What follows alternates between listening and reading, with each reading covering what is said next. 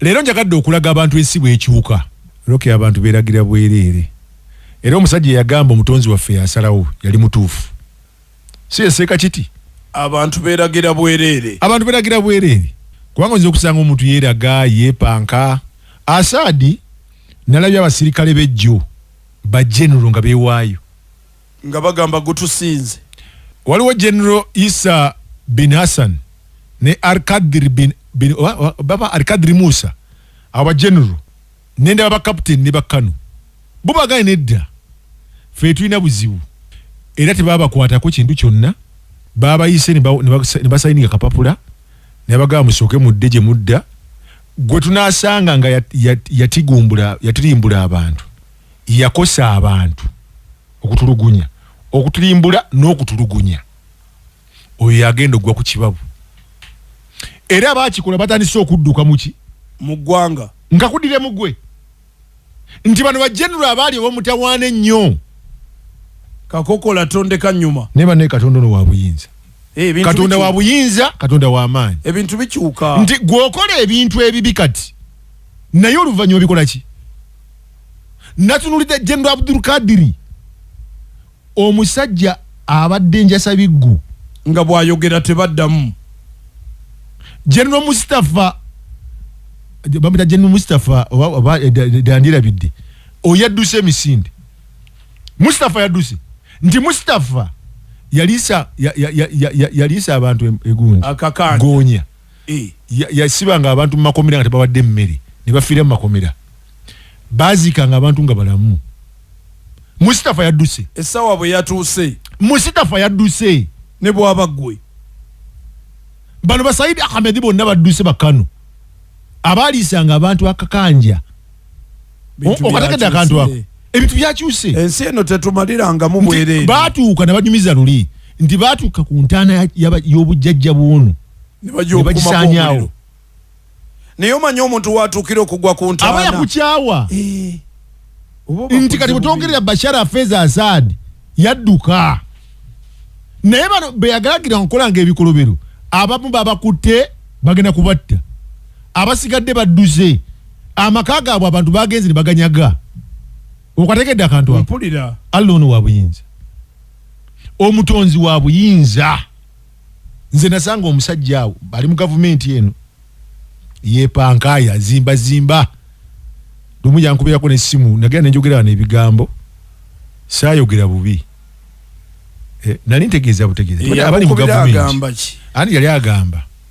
gwogwo omulimu tusobola okugamba mukama wo n'akugobako mbuseba osusse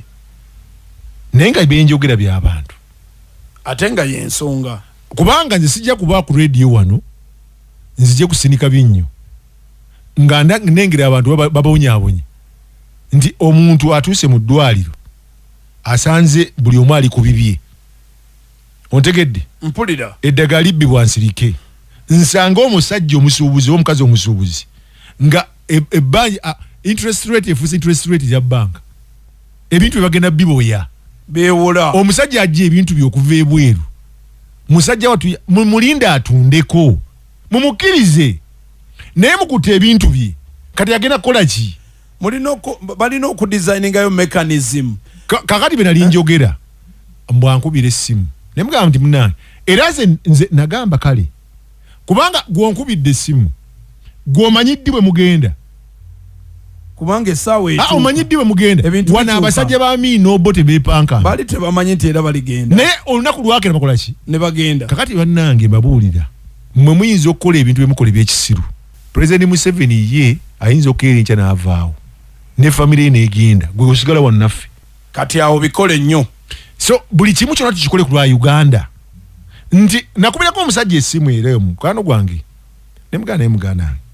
mpulira abantu mbajjamu enjala ebintu bino biri bitya nti ate wano twagamba rule of law not rule by law rule of law abantu bano bw'oba bamukutte mukuba waaki mumukwate he has not resisted ne president yakyogerako ekintu ekyo muwulira omuntu mumukutte mumutwale muki ku police naye mutamutwala ku poliisi mumutwale gye mwagala yenna naye kye twagala temumutulugunya mumulete mu kooti kubanga bwe mugamba mwina obuki obujulizi lwaki Besigye mukwata nga bamukwata luno tewaliwo kutulugunya mulina obujulizi omuntu mutwale agasimbagane n'omulamuzi obuzibu bwe tulina bwebu mukwate omuntu ono bwe muba mulina obujulizi mumusimbe muki mu maaso g'omulamuzi bamusalire omuki omusango lwaki okwata omwana abaana n'omwokya akabina lwaki omugjamu enjala ye lwaki omutereka kubanga gweyinza okukikola kati naye abaana bano bemuta baba maakinga ate kasita rigimu ekyuka abakola olugambo bali mu rigimu bennyini kati ku Assad bwe kibadde nti abawaddeyo abasirikale ba Assad bali mu basirikale bennyini bali mu basirikale baki ab'eggwanga so kakati bannange ensi ento kwemazaamu kubanga ekyuka kino abamu bayinza okuba bampuliriza ne museka okuba olina obuyinza n'oseka noga ati kikyogere kijja koowa no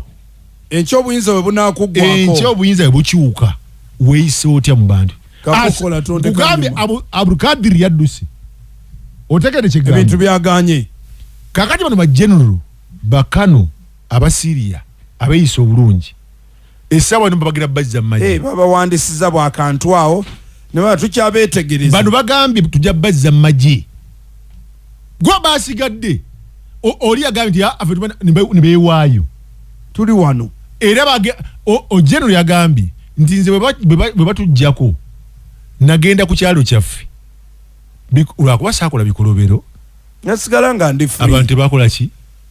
nabadde kwali jazeera nga kwembirabira banyaniriza neziruka ku BBC nga mbiraba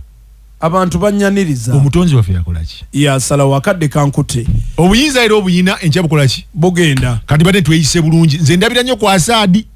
ndabira nnyo ku Gaddafi amini so buli muntu ali mu sente za gavumenti muno program za gavumenti zituuke ku bantu service delivery tebubba sente efuuke softy muyise bulungi abantu kuba minisita kubanga ekyova abantu bakwana bukwanyi bakwata empola si bwe yatugamba president yes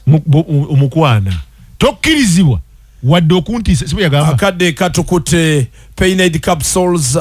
genda kubanga akuyamba omutwe gukuluma enyingo zikuluma bimanyo gakuluma genda ku pharmacy oba drug shop ofune pain aid capsules katino jena cough syrup yakolebwa Professor Ogwange yatukolera Covidex agamba nti asthmatic cough akafuba akakuli obubi bisenyiga flu ulira muri amalobozi gakolokota genda osobole okubanga ononya syrup ya feno ejja kubanga ekumazako program evening drive tujimaliriza ngenda koma mu Friday masala ekiro kyolwalero ate rubo wachemba akoma ku Sunday mu Sunday guide tukwagaliza sekukulu ennungi n'omwaka omupya mukama yongera kubanga akukuma nokuwa byonna bye weetaaga mweraba mpozi tugenda iganga nze genda iganga oluvano tugenda ku Fort Lugard King Saha Ene programu ya evening drive yanda kulyanda mwavulira amawulire sawa